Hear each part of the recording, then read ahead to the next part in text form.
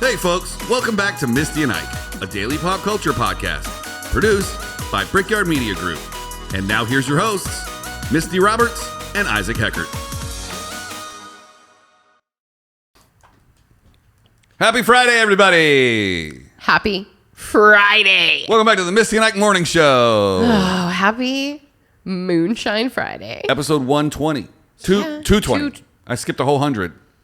I think it's 225. Yeah. Yeah. 225. Yep, 225. 225 of them. You've been drinking moonshine, ain't you? I'm drunk as hell. You've been drinking. You got in the moonshine, didn't you? I got up in the shine this morning, Misty. I keep telling you not to start the day with moonshine. How else you supposed to start your day? Coffee, like normal people. I did. I would just put a little shine in the coffee.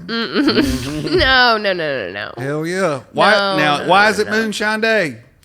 It's actually National Moonshine Day. Oh, well, hey, folks. It's National Moonshine Day. Yeah. So, I mean, we should celebrate. I've been celebrating all morning. Clearly. Yep. As drunk as a skunk. You want to know some interesting facts about moonshine? I do, actually. Can I keep my accent the whole time? If you want. I want to. I haven't done the accent on the show in a while. You want to? Yeah, hell yeah. You eat yet? Eat yet. You want to? You want to? Moonshine facts. All There right, ain't no rules when you're making moonshine right here.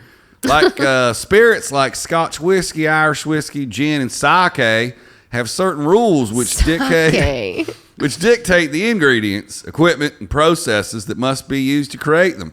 Scotch whiskey, for example, must be made in Scotland, distilled twice, matured in oak casks for 3 years or more, and made from water and malted barley. I do not like this.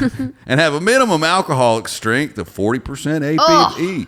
The Scots are so strict on these rules that they have legislated them. You know, you don't even sound like mountain southern. You sound like one of those weird people in the Pennsylvania hills, like Pennsyltucky. Yep. That's where my kinfolk from. Oh my God. I sound like one of them that made it out and is making an educational video. Okay, have you heard of okay. No, I just like it's so prevalent like in the last few weeks. Mayor of Easttown on HBO. No, I have not seen that. So it takes place in the hills of Pennsyltucky, and it's Kate Winslet who is English. That's the Titanic titty lady right there. But I don't even know what to say to that. Nice lady showed her titties on the Titanic movie in front of Adam DiCaprio or whatever his name is.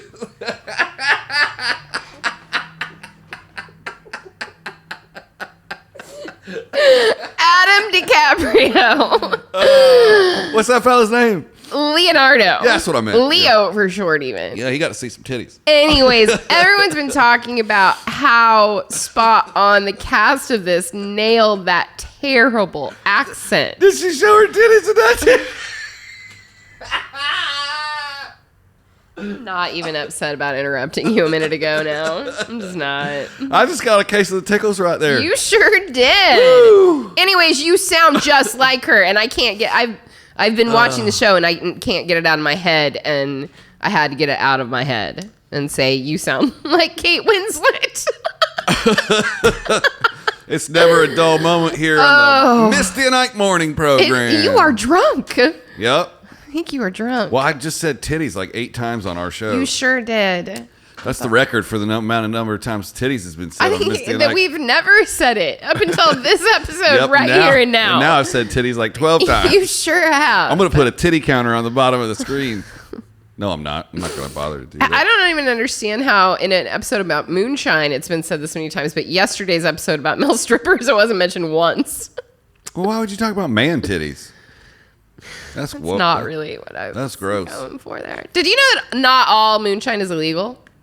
I did know that. You can get it registered with the government. Nor is it all dangerous, because it's been long said that it's very dangerous. What the legal moonshine has? What, like 40%? I think that's what you just said, right? No, that was Irish whiskey. Scotch. Well, okay, so without any FDA inspections to ensure safety and quality, you know, there have always been bad batches or poor production techniques. You know, there's been things like distilling it in a car radiator. So that has the potential to create high levels of dangerous chemicals, like methanol. Methanol run your boat real fast. Consuming methanol can acidify your blood, causing blindness, seizures, and death. Hell yeah. You never gone blind drinking moonshine before? Well, so that's the thing. Many moonshiners in their small communities started to not be okay with the perception that it was all being brewed in like a car radiator somewhere and that you were going to die if you drank it. And, you know, it was something that had been passed down generation to generation on how to like properly make it. So they actually started creating a list of acceptable ways to make your moonshine. Yeah. And things that were unacceptable because they wanted to keep their reputations. Yeah. It's one of the reasons why copper is so expensive. Real cool. Copper is the best way to do it, to distill it. Interesting. Yeah. I didn't never know that. Just off the top of my head without even reading a recipe. So what you want to do is you want to make your mash in a barrel and let it sit till it ferments. And then you want to boil it. And then it goes up into some coils and only the alcohol steam comes out. Right. And then it comes down into it cools as it spirals down through a condenser. And then it drips into something. And then you shake it and the amount of bubbles that's in it tells you the alcohol content. I mean, that's the last time I made a batch. Do you want to know some other names? I got two things. I do. I got some terms that they use in the moonshine making process. But first, here's some other names for moonshine. Okay. You ready? I'm ready. Hooch. Hooch. I've definitely heard it called hooch. White lightning. Heard it called white lightning. White liquor. Never heard that. Mountain Dew. Oh, no. That's where, yep. Yeah. Choop. Choop? Mm-hmm. Homebrew. Shiny. Hooch. Everybody's heard of hooch. You said hooch twice. It's the first thing you said. Well, it's on here twice. Look. I believe you. I believe you. Anyway. White whiskey. White, ew. Stump whiskey. I don't like the sounds of these things. Mash liquor. And then they liquor. didn't even have corn liquor on here. I was going to say, corn liquor is the thing I've most often You can make it out of anything you want to. What you generally do is what you have left over from your crop. Like if you got extra corn. Yeah. Or potatoes. You can make vodka. Right. You can make potato whiskey if you want to. You can make whiskey. strawberry whiskey. You can make, oh man, you got all kinds of good stuff. Here's some other terms that you can use in the process. These are insider terms. You know, okay. I want to hear about this. Backens is a weak whiskey that is created at the end of a double run. Oh, it's the runoff. Yeah. So a double run is when you distill it twice. Yeah. Or no, you run your mash through twice. Try and make 2 runs of whiskey. Okay. So Backens is it's like 8%. It's kind of gross. Puke is the boiling over of a hot still. Granny fees are bribes paid to law enforcement. Black port is a mash which ferments directly in the still instead of a tub. A runner is a person who moves moonshine while evading the law, also called bootleggers. Right. See our episode on the Dukes of Hazzard, episode I Don't Know. A thumper is a keg that is placed between the boiler and condenser to give the moonshine a second distillation during a single run. Nobody does that because it's boring. Huh. Did you know, this is a weird one, moonshine inspired NASCAR? Oh, I did know that. Really? You forget where I'm knew from. That? Yeah. Because people were just racing each other. They were racing the cops. Right. And they were souping up their cars to be able to go faster than police cars. And then they started racing each other. And then they started. And then there's NASCAR. There you go. You are completely correct. I'm amazed by how much you know about moonshine. Oh, you kidding me? I'm impressed. Allegedly, I know this. All this stuff is alleged. I've never actually made it. You know there's a place called Moonshine University?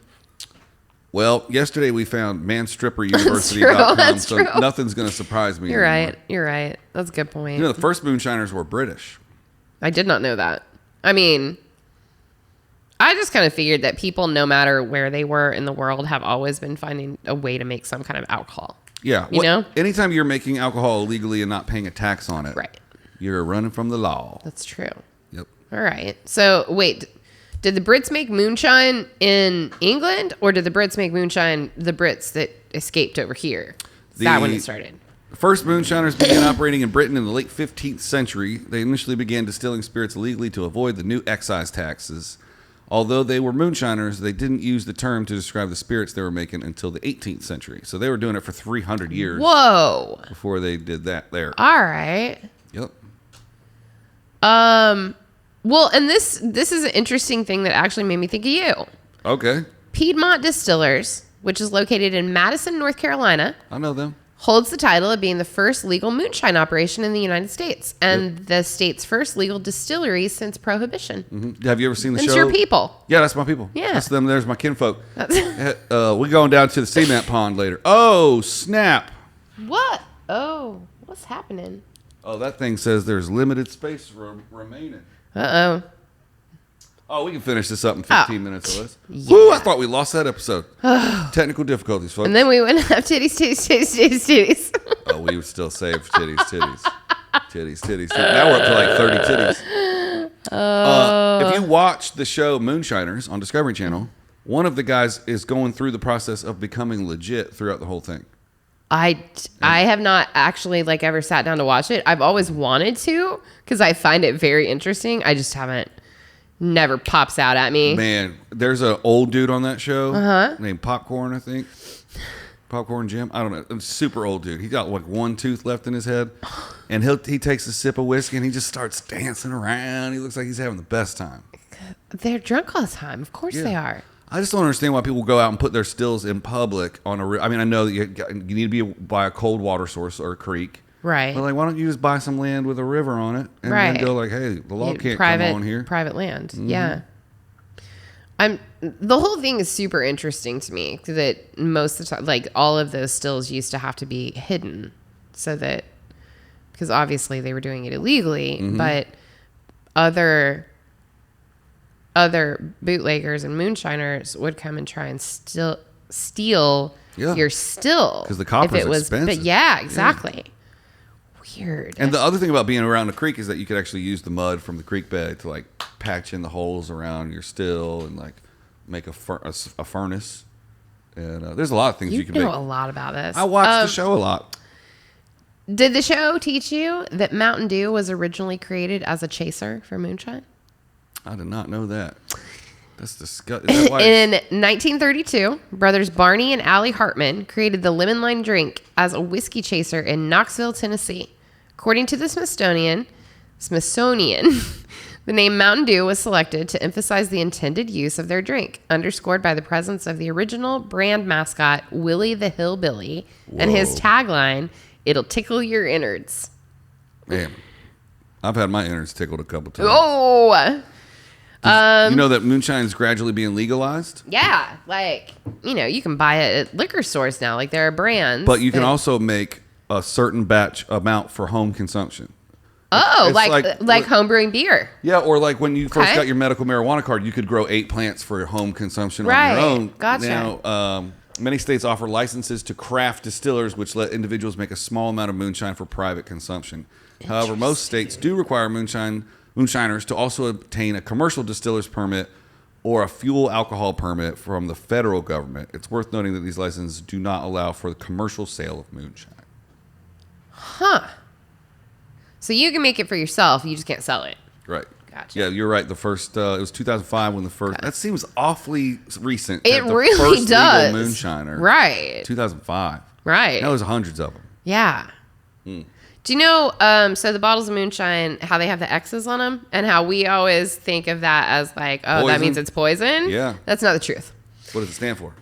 So you might recall seeing pop culture references that depict moonshine in a jug marked XXX. That's because in typical do-it-yourself style, these X's once indicated how many times a batch of moonshine had been run through the still. So if it has one X, only once. Et cetera, et cetera. That's triple distilled. That's some good moonshine, right?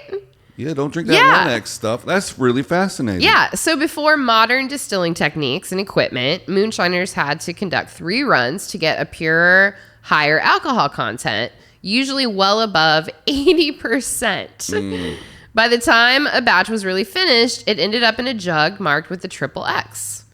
So that's right. Maybe they distilled illegally. That doesn't mean that they didn't care about the products that they were making. Yeah, you're only as good as your name. Yeah, there's a lot of pride in the operation. There's an old Mountain Dew commercial here I just found. Oh, is it Willie the Hillbilly? It is. It sure is. Look at him. Willie the Hillbilly right there. I'm not going to play Does he have a corncob pipe sticking out of his mouth? I can't tell because he's got a joint sticking out of his mouth. No. Yeah, somebody added the joint and the sunglasses. Okay. I was like, no, that was not. Well, 2 weeks ago we had a pizza party. Yeah. Last week it was Burger Friday. time. It was Friday. And now we're just getting drunk on moonshine on a Friday. I think that we're starting to set a trend. Yeah, it's Food Friday. Food and Alcohol Fridays. I think so. Food and beverage. It's happy hour Friday. Food and beverage Fridays. I'll take it. Yeah. Well, since it's Friday and we got all this moonshine. We're going to go drink moonshine. And look at titties. I'm not going to go drink moonshine. And we're not looking at titties. I'm not going to look at titties. Well, you do whatever you want. I'll do whatever I want this weekend. He's going to go look at titties and drink moonshine. Titties and moonshine, everybody. That's the new motto of our show. Titties and moonshine. Those are our new nicknames. Oh my God. How many more listeners do we have if our names were Titties and Moonshine? Leave a comment and tell us if we should change the name of our show from Misty and Ike in the morning to Titties and Moonshine. Oh my God. We'll see you on Monday. Later. Have a good weekend, everybody.